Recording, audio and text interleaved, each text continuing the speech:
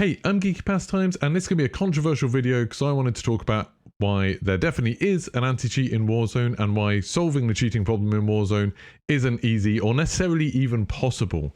And I want to try and put a disclaimer out straight away. I'm not a coder, I'm not a programmer, I don't understand in detail how all of these things work, but statistically, probably neither do you.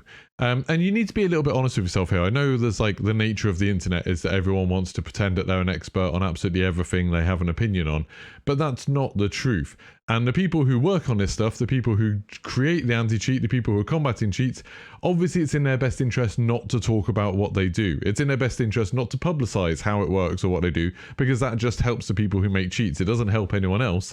It just helps the people that make cheats. So what I'm going to do in this video is to talk a little bit about why I think there definitely is anti-cheat in Warzone, and why I think sort of this is kind of all from reasoning more than anything else. And then I'm going to talk about why I don't think it's really possible for them to do much more than what they already are doing. And I'm happy for people in replies. You know, I know people will disagree with me. I know this video will be something that people won't necessarily like. But try to be kind of civil in your replies. Try to avoid, you know, the insults and all of that sort of thing, and try to think through what you're saying and explain to me exactly like which points I'm wrong on and why. And if you know, if you've got sources or anything, then brilliant, that's even better. I don't have a lot of sources. All of this is pretty much done from reasoning.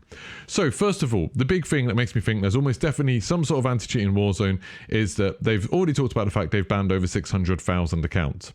Just that sheer number, 600,000, makes me think it's not possible that these are all manual bans. So that means there must be some sort of automated banning system. And I don't know whether it's working on reports or on statistics or on detecting stuff on your computer. No idea. The only anecdotal evidence I have is that some of you know I used to be a teacher, and some of the kids would talk about the fact that they would cheat on Warzone. They would talk about the fact that they would hack in Warzone. And these are quite young kids. And one of them was talking about how he'd done it over his like summer holidays or something, or Christmas holidays, or maybe it was a lockdown, I don't know, and about how he would get banned after about 5 games. So I'm guessing he wasn't doing much to cover it up. He was probably just cheating, like using hacks, not trying to cover it up at all. So probably getting a load of reports. Probably the system was detecting it. Maybe he hadn't paid for like very expensive cheats. I've got no idea. But he said that he was getting banned every 5 or so games, and then he would make a new account, and then he would carry on for another 5 games, get banned, and so on. And that's how he was doing it. And that's obviously the big problem that everyone realizes, like, even if they're detecting these people, even if they're banning them, bans don't really matter in a free-to-play game where you can just make another account. And that's a real problem. That to me is a real problem. So I think all these people, and I know there's like content creators and streamers and stuff like that saying, oh, there's no anti-cheat in Warzone. When's there going to be an anti-cheat? We're going to boycott it until there's an anti-cheat. I just think that's nonsense. There clearly is an anti-cheat in Warzone. It is happening. It is working. But the people who are making these cheat programs, they're not individuals and they're not idiots. These are companies. These are money-making ventures where people are seeing, okay, we can sell cheats for like $10 a day. And like I said, I Googled Warzone cheats. Top thing that came up was $10 a day. I'm sure you can get them cheaper, but they're probably like, I don't know, there's probably different qualities of them or something like that. But let's say, since that was a top Google result, I assume people are paying $10 a day. We can get thousands of people to pay $10 a day. That's a huge amount of income. That's a huge amount of money. You know, you think of how much money Blizzard makes with its like $10 a month World of Warcraft subscription. If you can get people paying $10 a day for a service, that's worth putting a lot of investment into. So they're hiring programmers and coders to make very sophisticated cheats. Some of these cheats, I've heard things about, they only work with certain processors because they're doing things with like the way the processors work to try and inject things or read bits of data from that. And like, that's how the cheats are working. These aren't like, it's not like someone editing a text file or something like that. These are very sophisticated things. And that means that like whatever they do in terms of the anti-cheat, in terms of the program, people are going to find ways to get around it. Now, I'll talk about how they could improve that anti-cheat in some way in the next bit, and then I'll talk about why they probably won't do that. So these are the possible solutions. I've got kind of 5 possible solutions of things that I've heard or things that I've thought of that might be a good idea at various times, and reasons why all of them won't necessarily work or might even be impossible. So the first one, and the most obvious one, I think, is to have a sort of kernel level anti-cheat, like something like what Valorant did at the beginning. I'm not sure if Valorant still does, but I think like their whole thing at the beginning was, we're going to have super low level access to everything your PC does. We're going to be able to detect it. We're going to be able to monitor it and look for things that could affect Valorant, things that would let you cheat in Valorant. And then the game won't run and you'll get banned if any of those things are found on your PC. Now, when they announced that for Valorant, people kicked off. Lots of people refused to play Valorant because of it, because kind of understandably, they don't want a gaming company having access to everything that goes on their PC. You know, imagine if you use your PC for work or something like that, even if it's not anything illicit, just for work, you probably don't want everything on your PC to be available to games manufacturers, games developers, games publishers. Also, these kind of super low level programs tend to cause conflicts with other things. So they tend to like maybe come up with a load of false positives for other pieces of software you have, particularly like overlays and things like that. You know, the NVIDIA overlay, the Steam overlay, all of that stuff tends to cause conflicts, causes problems. It might affect performance. It has loads of issues like that. And you don't want people playing a PC game saying like, okay, compared to like the 1 in 10 games, 2 in 10 games, however often it is you see a cheater, you don't want every time you play the game to be a massive hassle because you have to shut down loads of stuff on your computer to get it to run. The performance is way worse because of the anti-cheat, all of those sort of problems. People tend not to like that sort of thing. And also, giving the example, like I said, Valorant is the main game that's used this, and they came out saying, okay, we're definitely not going to have any cheats. We're not going to have anyone cheating our game because we're going to have this crazy anti-cheat software. You can still get cheats for Valorant. On that same website I was talking about, when I googled Warzone cheats, I also googled Valorant cheats, exactly the same website, exactly the same kind of cheats, it's still possible. So even if Activision brought out an anti-cheat that was like kernel access, it had super low level access to everything on your PC, it was super intrusive, super invasive, messed with your PC a bunch, people can still find a way around that. It might be better at stopping cheats, it might make it harder for people to make cheats, but it wouldn't stop it. There would still be cheats because, as I said earlier, people are willing to spend $10 a day to get cheats. There's a huge amount of money in it. People will find a way around it. Now, the second possible solution are to use the reports a bit more, to have automatic bans on reports. So say if in a game of Warzone, 10 people accuse someone of cheating, that person gets banned for a day or a week or a month or forever. Obviously, you can see the problem with that. That would get abused by people. You get someone who's just, you know, camping, people might report them. You get someone who's like a streamer that people don't like, or a content creator that people take a dislike to. You could get a Discord full of people to suddenly take a dislike to them and get them banned from the game. Using the reports for cheats is always a problem. I think it's good when they're used to sort of flag up an account for review, but obviously that's kind of impractical with the amount of people playing Warzone. There's too many things to review, so it doesn't always work perfectly. There is that reporting system, I'm guessing that's what's happened, but you can't have it happening automatically. That's kind of similar with, I've heard some people talk about, and I've talked about this before, the idea of using statistics, you know, looking at headshot percentages, how your kill death ratio goes up, that there's some kind of unrealistic behavior that can happen. Like, could that automatically ban your account or flag your account? Obviously, again, you've got a massive problem with false positives. Some people do have an incredibly lucky game sometimes. Some people, their headshot percentage might go up a lot because they're using a different gun to usual, or they might be working really hard on getting a lot of headshots. You know, whereas in Warzone, my headshot percentage might be like 5%. In something like Halo, it's like 60% sometimes, and it just depends on the sort of guns I'm using and whether I'm using a controller or mouse and keyboard.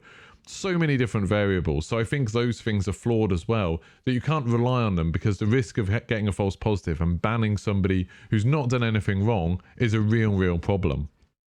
The next possible solution is to do hardware IP bans. So to keep banning people the way they are, but make those bans stick a bit more by saying, okay, if you've got this combination of like CPU and motherboard and graphics cards and, you know, the serial numbers of those, if you're banned with those, you then can't use them. Because realistically, a hacker's not going to use a graphics card and then buy a new graphics card every time they get banned. Like, that's not feasible for most people. The issue of that is I've heard people can spoof these. I've heard people can get around these. And obviously you've got a big problem with, what if you buy secondhand hardware? You might end up buying a graphics card from someone that's been banned from Call of Duty. And it's not really, probably not something you'd look at when you were buying it. But then when you start playing, you realize, oh, you can't do it because some hacker had it before. And obviously there's going to be loads and loads of people claiming that, you know, their little brother was on their PC or their friend was on a PC and they did it. There's going to be a whole problem with that. Similarly with IP bans, if you share an IP address, so say you're in like university halls or something like that, or an apartment complex, and someone else cheats, then you get banned, or just like your brother or sister cheats and then you get banned, that would be super annoying.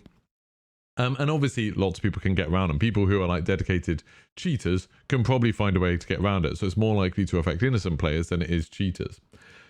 The next one is to have paid access to the game. This is something I used to advocate for quite a lot. It's the idea that what if the game cost a tenner? What if the game cost your first battle pass? You had to buy the battle pass in order to play on a new account. So you still got the battle pass, but like you were forced to do that to get access to the game. That's possible. I think that's kind of what Rainbow Six Siege does. I don't think that's technically free. You have to buy the game to begin with, and that might put some people off. My problem with that is, after seeing that the game, some of these cheats cost $10 a day already, it's probably not going to put that many cheaters off. They're probably willing to pay that money, aren't they? They're probably willing to put some of that money up. So all it's going to really affect are the people who would normally try out a game to play with their friends. You know, if I say to a friend, oh, you should try Warzone, it's free, like give it a go, download it, see if you like it. Those sort of people might be put off because they don't want to spend £10. So it's going to stop new players to come into the game. Probably not going to stop someone who's dedicated to cheating and who's already spending money on cheats anyway. The last one, and this is one that I've been thinking about a lot lately, I think I've been a bit more of a proponent for lately, is having some sort of real ID linked to your account. So some sort of government issued ID. So your passport, your driver's license, something like that. Now, obviously there's issues with this. They could use it to enforce the age rating, but I'm sure some people wouldn't like that, because I'm sure lots of people watching this video probably play Call of Duty and are under 18. You've also got a problem that, like, some people don't have government ID for, you know, maybe legitimate reasons. Different countries do ID in different ways, so it might be easier to get a passport and driver's license in some countries than it is in others. Like, it might be impossible for some people to get one that's recognized by Activision. And then there's also the idea that it's quite a lot of faith to put in Activision to give them a scan of your personal ID, something that generally you keep quite private because of identity theft and stuff. A lot of these gaming companies have had issues with data breaches and leaks where it's been like your emails and passwords before. That'd be even worse if it's actually your ID, if they've got high quality scans of your ID. So you'd be putting a lot of faith into it. So although I think that's maybe a better solution than some of the others, I still don't think it's perfect. And I don't think it's likely. I don't think they're going to do it. So that's all of my possible solutions. If you've got an idea for a solution, please let me know in the comments. I'd love to hear it. Maybe I'll do another video where we go through some other people's solutions. And like I said, please try to keep it civil. I'm not going to read it if you're just like swearing and being an idiot in it. But if you're polite and you're sort of trying to explain something to me, I'd love to hear that. Some of the things that, you know, other people talk about are saying like, oh, can't they just use like, you know, easy anti-cheat or something like that, or something that already exists. And then people always seem to bring attention to the idea, well, these other games don't have such big cheating problems, so why does Warzone? It must be Activision being lazy. I genuinely think, and again, you can argue with me if you want, I think the reason Warzone has such a cheating problem is because there's so many people who play Warzone. Warzone's incredibly popular at the moment. There's a lot of money to be made developing the cheats for it. If you're playing a game where, you know, there's only 2,000 people playing at any given time, it's probably not worth making cheats for it. It's not worth spending money on or spending resources on creating cheats for it, because you're not going to get a return on that investment. Warzone is an incredibly profitable thing to make cheats for at the moment, and that's why there's cheats for it. That's why it's a massive problem for Activision to deal with. It's just the popularity, it's just the scale of it, and there's very few other games that face that kind of scale. If you've got an example of a good game where like genuinely they don't have any cheats in it and it's at the same kind of scale as Warzone, that would be awesome to hear about too. I'd love to see like a game that's managed to cope with this problem well, because as far as I know, when I've like been googling around and looking at videos, you know, Fortnite has massive cheating problem, Escape from Tarkov has a cheating problem, Valorant has a cheating problem. You know, obviously games like Grand Theft Auto 5, another massive game, has a massive cheating problem. Like, this doesn't seem like it's something new, and it doesn't seem like anyone's found an easy solution to. And it genuinely does bother me a little bit when I'm reading on Twitter people harassing developers, people posting loads of negativity in like live stream chats and things like that, where they're doing this out of a sort of place of ignorance of saying like, just add an anti-cheat, just put in an anti-cheat, why don't you do an anti-cheat? As if it's somehow, as if there's some magic easy answer to this. I just don't think there is. And I think it's kind of unfair to put that on the developers, and to kind of ruin all of their kind of hype and announcements and stuff like that by going on and on about it, when there isn't really an answer that exists. It's not something that they could possibly be doing better. Anyway, like I said, I'm looking forward to seeing what people have to say about this. A little bit scared, but looking forward to it. If you like this kind of video, this kind of rant of just me talking about stuff, please don't forget to like and subscribe. Let me know in the comments if you do want to see more of these videos, because it's kind of a risky thing to do. Not sure whether anyone's going to watch it, and if they do watch it, not sure if this is going to make me lose subscribers rather than gain them. But yeah, and check me out on Twitter and Twitch. I'm twitter.com/Geeky Pastimes and twitch.tv/Geeky Pastimes. Thank you very much, and I'll see you soon. Goodbye.